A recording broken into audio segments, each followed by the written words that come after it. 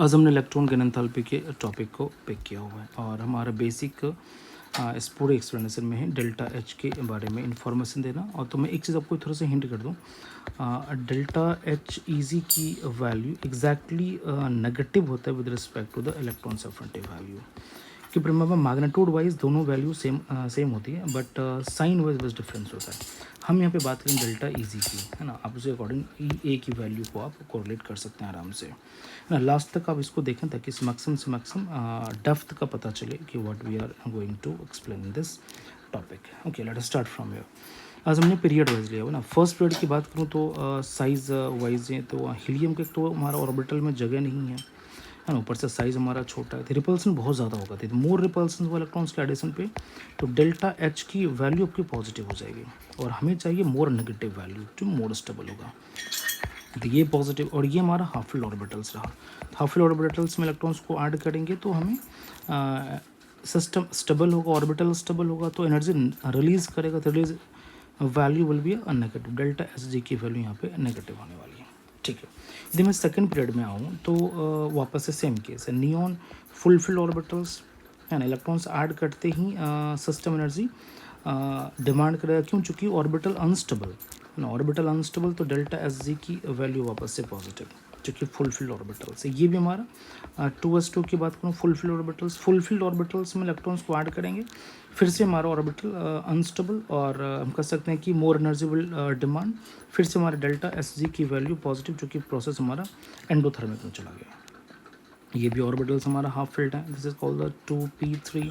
Half field orbitals वापस electrons को add करेंगे। हाफ फील्ड ऑर्बिटल्स अनस्टेबल हुआ, इसको वापस एनर्जी आपको सप्लाई करनी होगी इसको स्टेबल रखने के लिए। तो यहाँ पे भी डेल्टा एस जी की वैल्यू पॉजिटिव है। तीनों वैल्यू हमारा यहाँ पे क्या है, एक के बाद एक पॉजिटिव है। अब बात रहा हमारा 2s1 में इलेक्ट्रॉन ऐड करते ही ये ऑर्बिटल स्टेबल में सिस्टम एनर्जी रिलीज करेगा, डेल्टा एस जी नेगेटिव। ये ज़्यादा रिलीज करेगा क्योंकि ये ऑर्बिटल्स के ये इलेक्ट्रॉन न्यूक्लियस के बहुत पास है। मोर energy will release, more stability, more energy. यहाँ पे इलेक्ट्रॉन्स को ऐड करेंगे, ऐड करने के बाद ये न्यूक्लियस थोड़े से दूर हैं तो लेस एनर्जी विल रिलीज और यहाँ पे मोर एनर्जी विल रिलीज। बाकी तो बहुत कॉमन ट्रेंड है। As we move from left to right size of an atom decreases and more enthalpy will release with respect to the carbon. Simple है।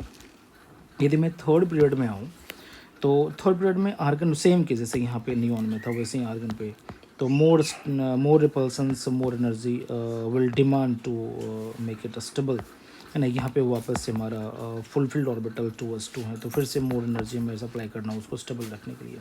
But twist कहाँ पे, ट्विस्ट नाइट्रोजन यहाँ पे positive था, but top to bottom move करने पे phosphorus का size बिगड़ हो गया। यहाँ पे एनर्जी रिलीज करने के डिमांड, जैसे यहाँ पे नाइट्रोजन पॉजिटिव था वैसे फास्फोरस पॉजिटिव नहीं, नेगेटिव वैल्यू एनर्जी रिलीज करते क्योंकि साइज हमारा बिगड़ गया। इंट्रा इलेक्ट्रॉनिक रिपल्सन्स मिनिमम हो जाता है, it will release energy few amount of them. जबकि यहाँ पे एनर्जी हमारा वापस से इसके रिस्पेक्ट में लेस एनर्जी रिलीज कर चुकी है। जो ट्रेंड यहाँ था बेरिलियम और लिथियम, एग्जैक्टली वही ट्रेंड यहाँ पे भी है। इन ऑर्बिटल्स हमारा न्यूक्लियस के मोर क्लोजर होगा तो मोर एनर्जी रिलीज करेगा। ये न्यूक्लियस थोड़ा सा रेजिस्टेंस पे है तो ये लेस एनर्जी रिलीज करने वाला है। बाकी की बात करें हमारे यहाँ पे तो normal trend as we move from left to right size of an atom decreases and more stability will gain when we add one electron. तो यहाँ पे क्लोरीन की स्टेबिलिटी सबसे ज़्यादा आती है। यहाँ पे डेल्टा एस जी की वैल्यू मोर नेगेटिव होने वाली, यहाँ पे लिटिल लेस नेगेटिव होने वाला और बाकी ये वैल्यू लगातार इंक्रीज करता हुआ नजर आएगा, मतलब मोर एनर्जी रिलीज करने के टर्म्स में इंक्रीज करता हुआ नजर आएगा। बहुत सिंपल था और इस ट्रेंड को सिंपली याद रखें क्योंकि अक्सर यहाँ से जेई मेन और जेई एडवांस टारगेट में रखता है कंसेप्ट को। यदि एक्सप्लेनेशन अच्छा लगा हो तो must be like and subscribe ताकि अगले वीडियो के लिए मेरा मोटिवेशन बना रहे और मैक्सिमम से मैक्सिमम लोगों को इसका बेनिफिट भी मिलता रहे। Thank you and thank you so much.